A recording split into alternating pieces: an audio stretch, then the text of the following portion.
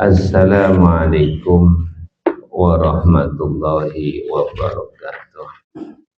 Alhamdulillahirabbil alamin.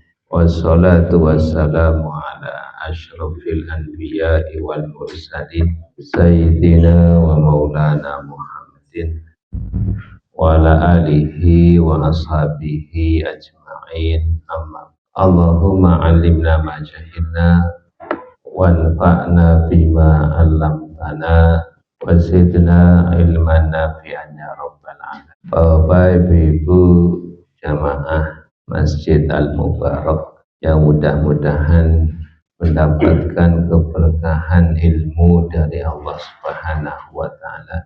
Alhamdulillah pada malam hari ini kita bisa hadir di majelis ilmu. Kita lanjutkan pembahasan kitab Bulughul Maram, masih membahas hadis-hadis di dalam babu sholatil musafiri wal marid, bab sholatnya orang yang musafir dan orang yang sakit, sampai pada hadis ke-431. Naqalal muallifu rahimallahu ta'ala wa an Anasin radhiyallahu anhu, dari sahabat Anas radhiyallahu anhu, kana Rasulullah sallallahu alaihi wasallam, adalah Rasulullah sallallahu alaihi wasallam, idzar tahala, apabila beliau hendak pergi atau safar, qabla an tazigha syamsu, bentar dulu.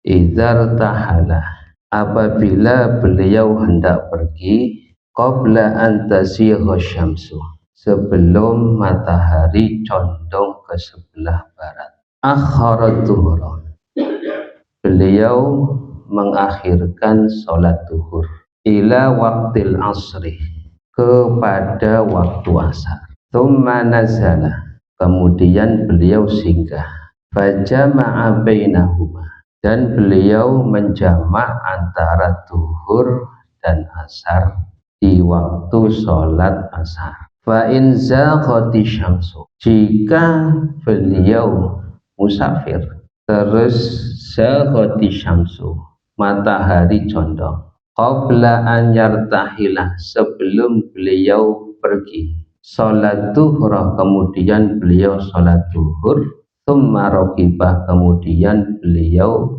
naik kendaraan dan melakukan perjalanan. Muttafaqun alaih. Wa fi riwayatin lil Hakim, dan di dalam riwayat Hakim, fil arba'in, di dalam kitab arba'in, bil isnadis sahih, dengan sanad yang sahih, salat zuhur wal asr, beliau salat zuhur dan asar dijamak. Tsumma raqiba, kemudian beliau melakukan.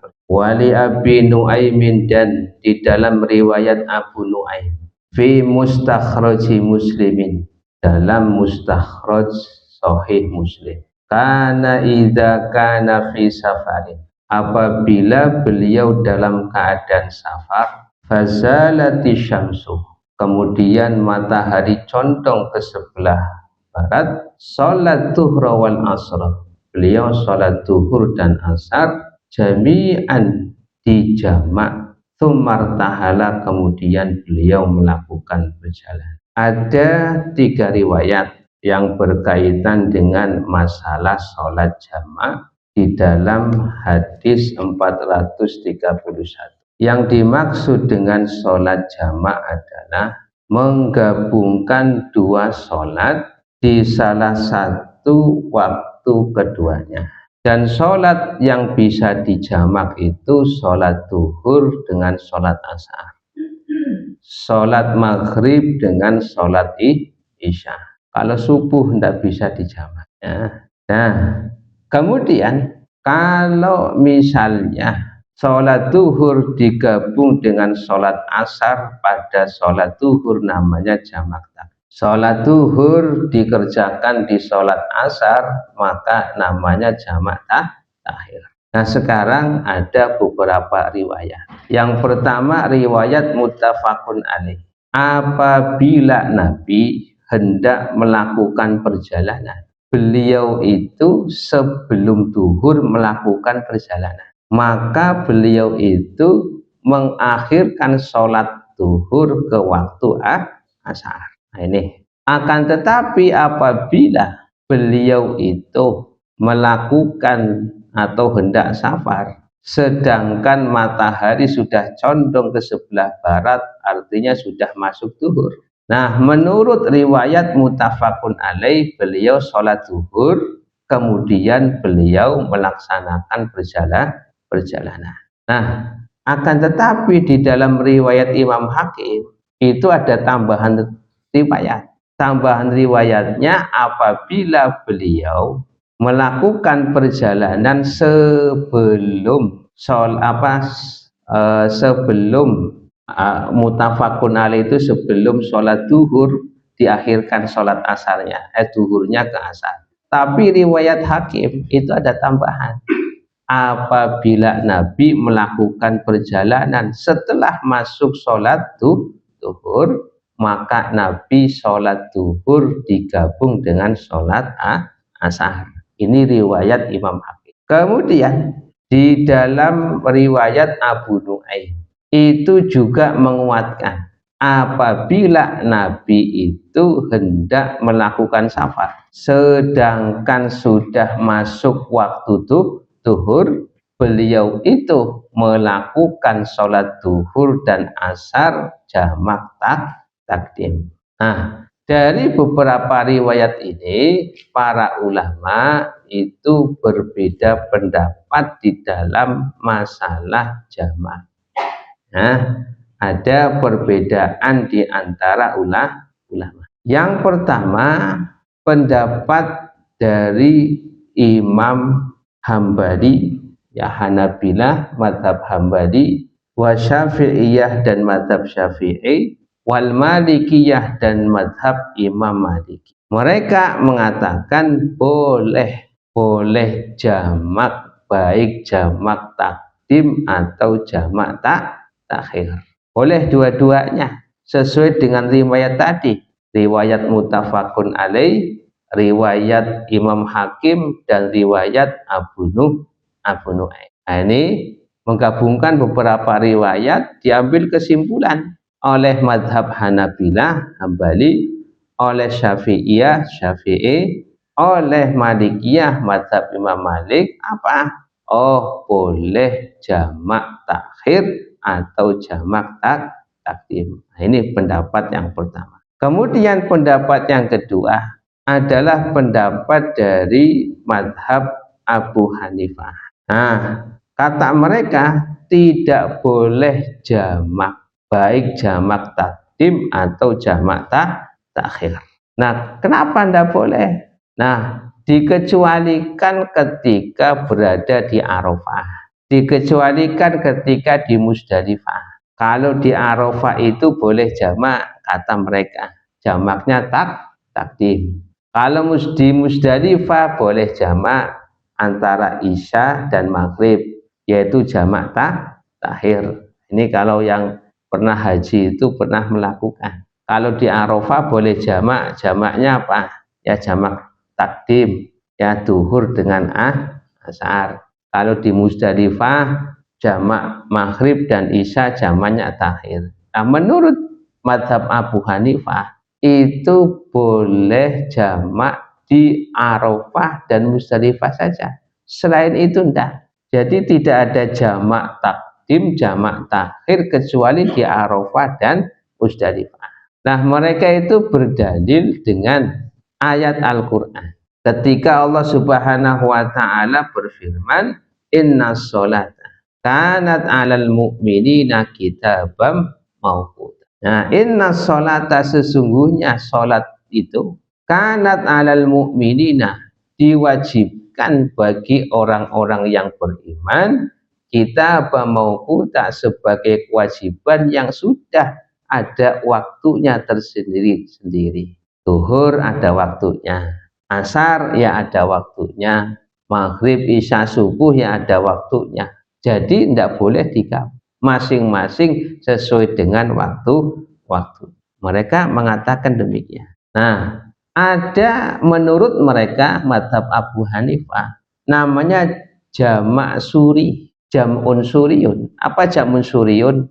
Mengakhirkan waktu sholat pertama dan mengawalkan sholat yang kedua. Contoh, zuhur diakhirkan, misalnya sekarang setengah 3 ya, atau setengah 3 lebih. Nah, terus nanti sholat asarnya itu diawalkan, itu namanya jamak suri. Tetap dikerjakan pada waktunya masing-masing. Zuhur dikerjakan di akhir waktu, ya. Kemudian asar dikerjakan di awal waktu. Bolehnya demikian. Ya, jadi intinya tidak ada jamak, hanya namanya jam'un suriyun. Namanya jamak suri, itu demikian. Nah, ini menurut mazhab Abu Hanifah. Nah, kemudian mazhab yang ketiga, pendapat yang ketiga, boleh jamak tapi hanya jamak takdim. Ya, boleh jamak tapi jamaknya jamak takdim. Ini mazhabnya Ibnu Hazm Al-Zahiri. Ya, mazhab Ibnu Hazm Al-Zahiri. Nah, ini berdalil dengan riwayat muttafaqun alaih. Riwayat muttafaqun alaih itu bagaimana?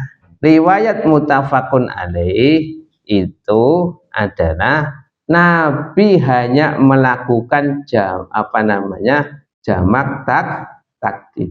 Nah, jadi yang boleh itu bukan jamak takdim, yang boleh jamak takhir. Ya, jamak takdim tidak boleh, yang boleh jamak takhir. Jadi menurut pendapat ketiga yang boleh jamak takhir sesuai dengan riwayat muttafaqun alaih. Karena di riwayat muttafaqun alaih Nabi tidak melakukan jamak takdim, hanya jamak takhir. Nah, wallahu a'lam bishawab. Ya, jadi pendapat jumhur ulama dari Hanabilah, dari Syafi'iyah, dari Malikiyah, inilah pendapat yang sesuai dengan kaidah syariah. Apa kaidah syariah? Memudahkan bagi orang yang mempunyai kesulitan atau kesusahan.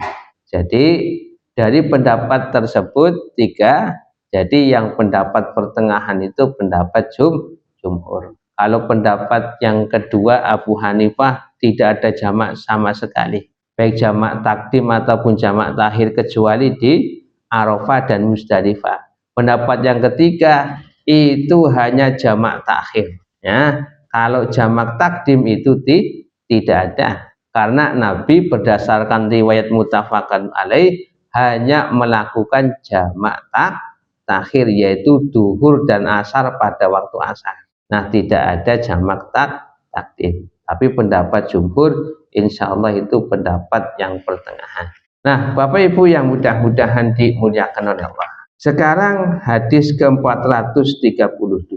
Wa an Mu'adzin radhiyallahu an qala, dan dari sahabat Mu'adz radhiyallahu anhu qala, beliau berkata, kharajna ma'a Rasulillahi sallallahu alaihi wasallam fi ghazwati Tabuk. Kami keluar bersama Rasulullah sallallahu alaihi wasallam fi ghazwati Tabuk, pada perang Tabuk. Fakana yusolli dhuhra, dan beliau sholat duhur wal asra jami'an di jamak, wal maghriba wal isya'a jami'an, maghrib dan isya di jamak. Rawahu Muslimun.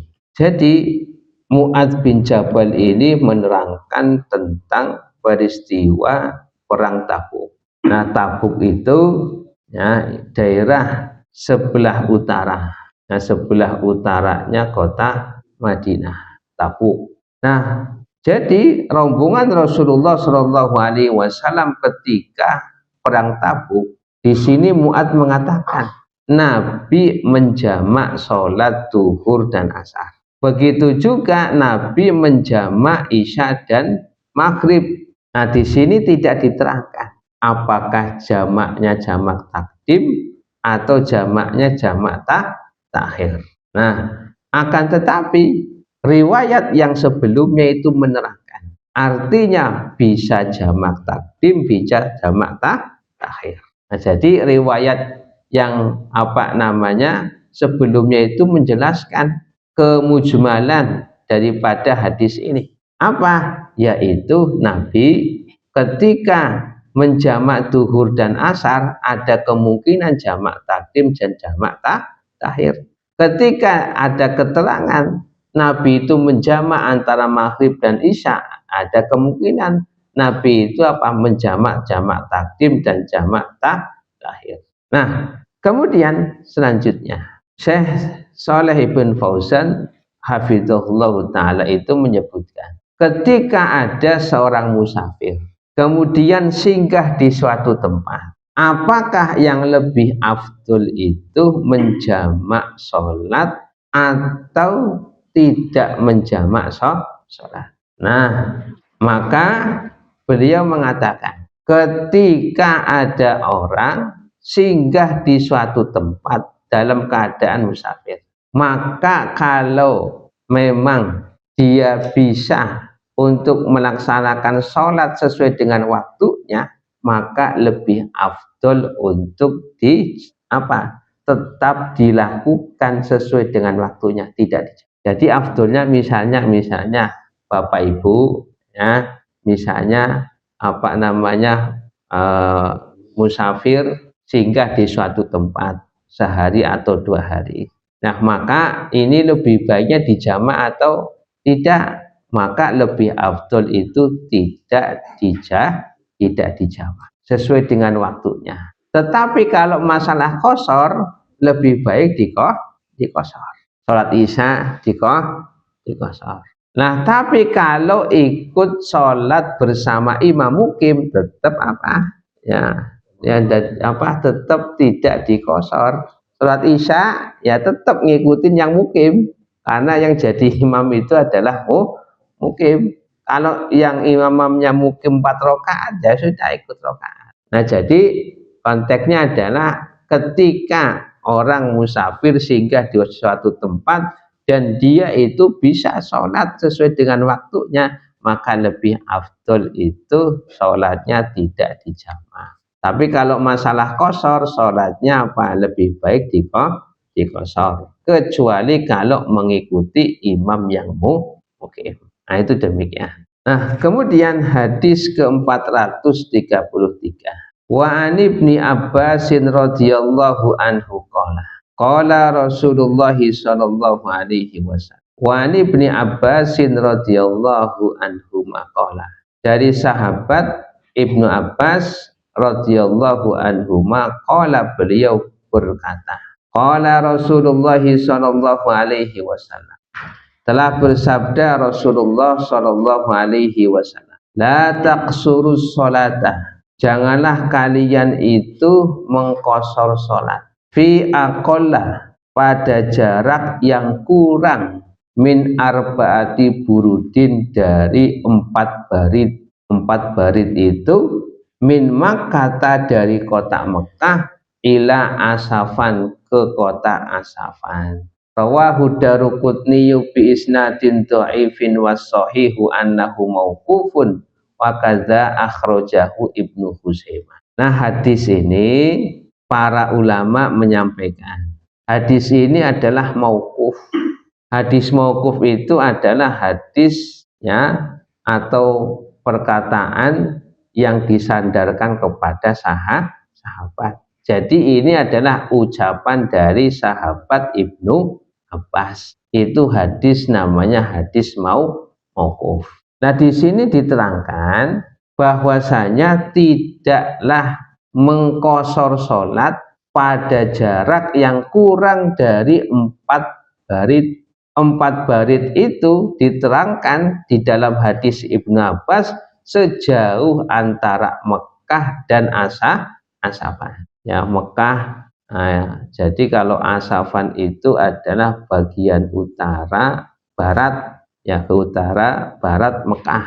Ya, jadi dekatnya Jeddah itu. Nah, jadi ini sejauh 80 kilometer.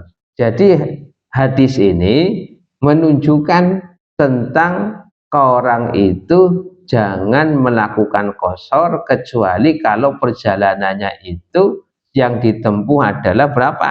4 barid atau 80 km. Dan ini sebagai apa? Dalil dari pendapat yang mengatakan bahwasanya jarak boleh mengqashar adalah 80 km. Ini yang kemarin sudah dibahas. Jadi ini hanya menyampaikan sebagai penguat ada hadis mauquf dari Ibnu Abbas bahwasanya tidak melakukan qashar salat kalau memang jaraknya kurang dari 4 barid sejauh dari kota Mekah ke Asafan atau sejauh 80 km. Ya, kalau apa namanya ingin mengetahui itu nanti dicari di Google di situ. Jarak antara Mekah dengan Asafan itu berapa kilometer? Atau di map itu. Nah, itu nanti namanya ketemu di situ. Jarak antara Mekah dan Asafan itu berapa kilometer? Nah, itu jadi ini adalah dalil bagi pendapat yang mengatakan bahwasanya boleh mengqashar kalau sudah perjalanan yang ditempuh itu sejauh 80 km. Nah, kemudian hadis ke-434. Wa an Jabirin radhiyallahu anhu qala.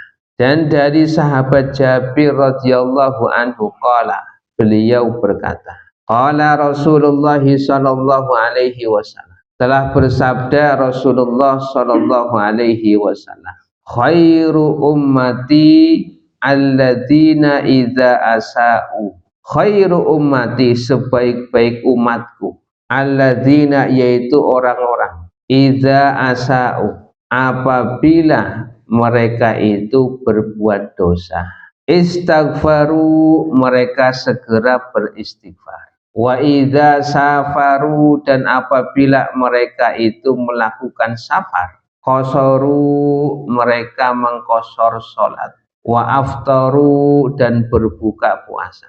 Akhrajahu Tabrani fil Awsati bi isnadin dhaif wa huwa fi mursali Sa'id bin al-Musayyab indal Baihaqi mukhtasarun. Jadi Bapak Ibu yang mudah-mudahan dimuliakan oleh Allah, hadis ini menurut Syekh Shalih Ibn Fauzan, beliau mengatakan meskipun hadis ini dhaif tetapi dikuatkan dengan riwayat-riwayat yang lain sehingga hadis ini bisa diamalkan karena ada penguat daripada riwayat-riwayat yang lain.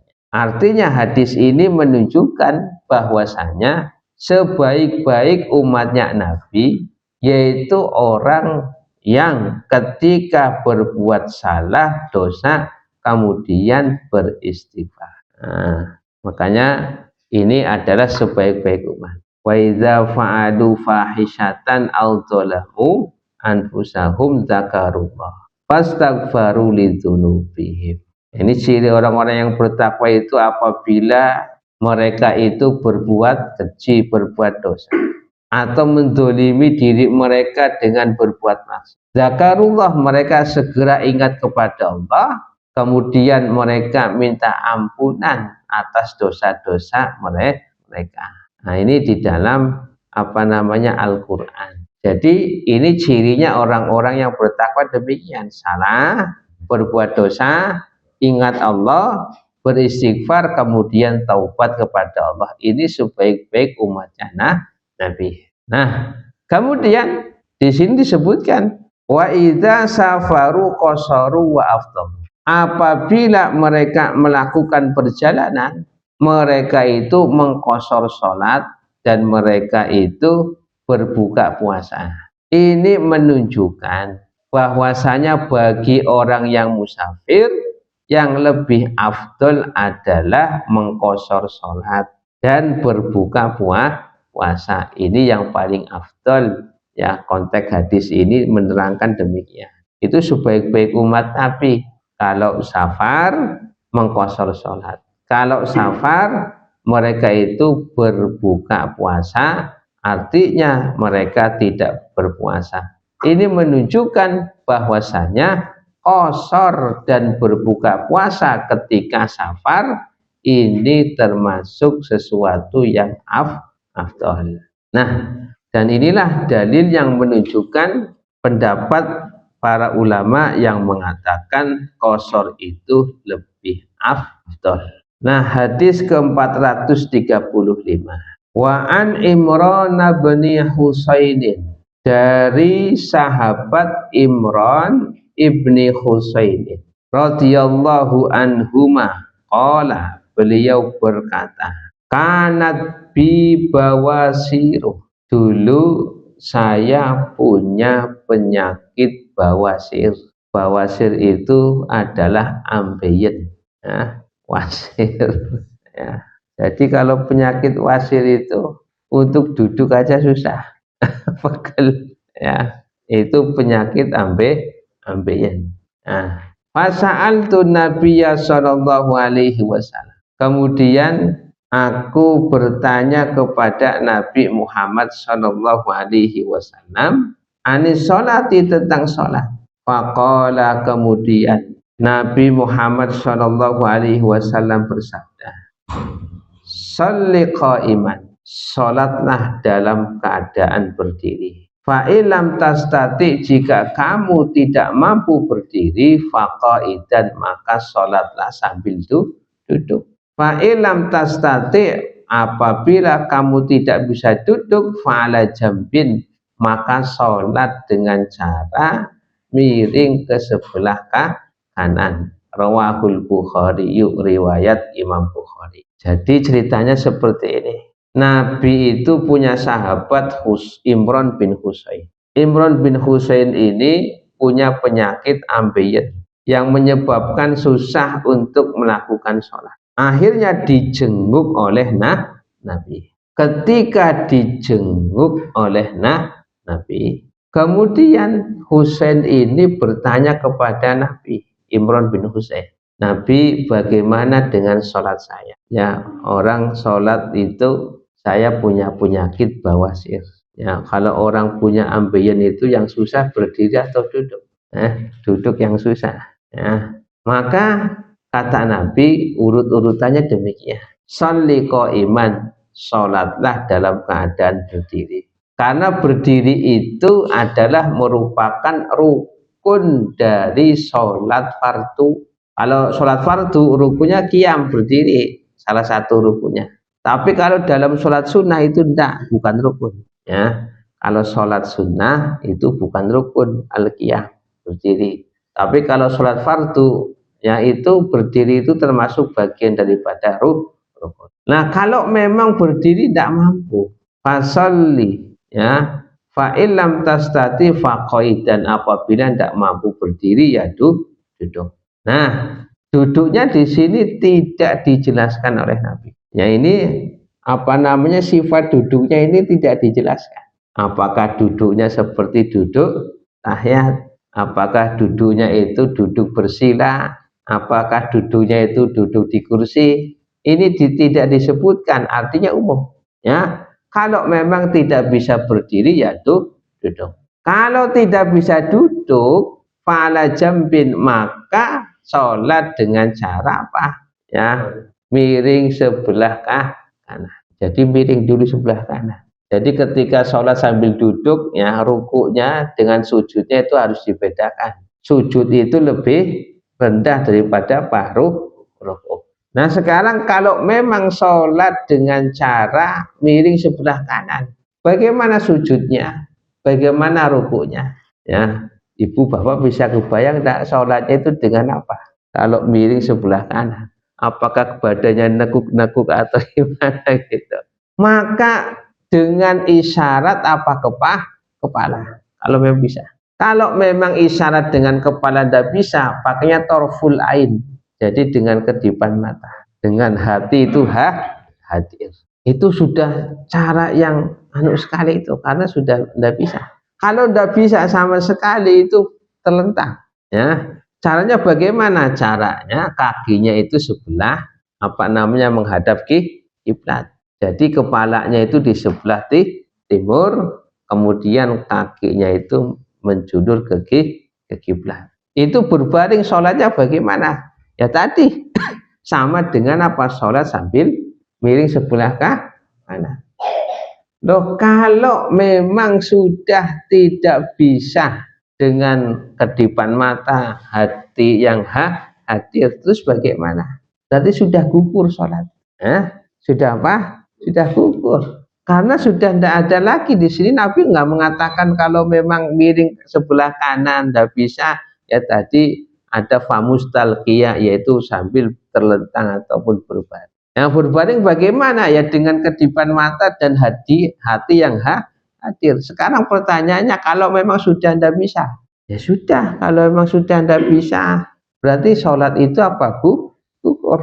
Apalagi maaf ya, kalau memang ya sudah stroke, kemudian apa, sudah tidak bisa diajak ngomong, apalagi mendengar, ya sudah ya. Jadi demikian. Kalau memang tidak bisa sama sekali sholat, ya terus apa namanya masih hidup, tidak bisa berbaring, tidak bisa miring itu, atau apalagi dengan kedipan mata, diajak komunikasi juga sudah masuk, sudah gugur sholat, ya gugur sholat.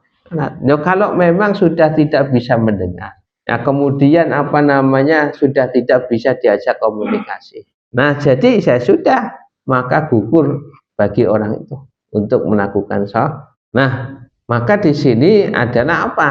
Ya, jadi di sini disebutkan ada uzur. Kalau tidak bisa berdiri, duduk. Kalau tidak bisa duduk, ya tadi berbaring miring sebelah kanan atau terlentang dengan isyarat kepala atau dengan isyarat kedipan mata, tetapi hatinya hadir. Nah, kaitannya mengapa Ibnu Hajar Al-Asqalani menyebutkan hadis ini pada pembahasan sholat, ya sholat apa, sholat jamak dan sholat qashar. Maka ini ada pembahasan, bolehkah menjamak sholat bagi orang yang sakit, ya. Jadi mengapa Ibnu Hajar Al-Asqalani ini menyebutkan hadis ini pada pembahasan tentang masalah musafir, sholat qashar, kemudian sholat jamak. Mengapa? Maka di sini ada timbul pertanyaan, bolehkah bagi orang yang sedang sakit untuk menjamak sholat? Nah, maka di sini ada dua pendapat. Pendapat yang pertama dari Imam Abu Hanifah dalam mazhab Hanafi dan dalam mazhab Syafi'i. Nah, di dalam mazhab Imam Abu Hanifah, dalam mazhab Imam Syafi'i itu tidak boleh menjamak sholat bagi orang yang sakit, atau karena udzur sakit itu tidak boleh menjamak. Jadi sholat sesuai dengan waktunya masing-masing. Kemudian yang kedua, pendapat Imam mazhab Maliki dan mazhab Hambali itu boleh, dan juga sebagian Syafi'iyah itu membolehkan, ya karena udzur sakit. Nah, jadi ini pendapat yang memang pertengahan, karena di dalam syariat itu adalah menghilangkan haraj, kesusahan.